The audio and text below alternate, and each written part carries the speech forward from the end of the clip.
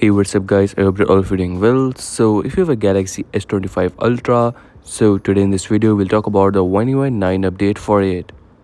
So if you don't know, Samsung just released the OneUi 9 update in their Unpacked event along with the new 3 foldables. All new 3 foldables will come along with the OneUi 9 update pre-installed.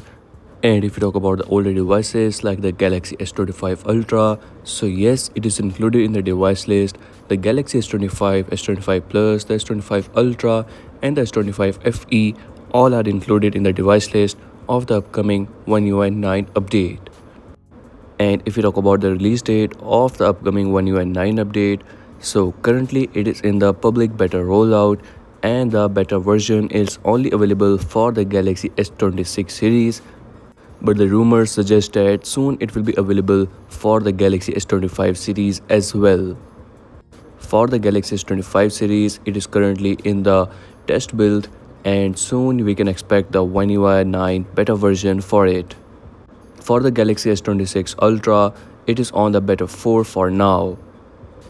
And for the stable release, the OneUi 9 update first of all will be released for the Galaxy S26 series, then it will be released on the Galaxy S25 series.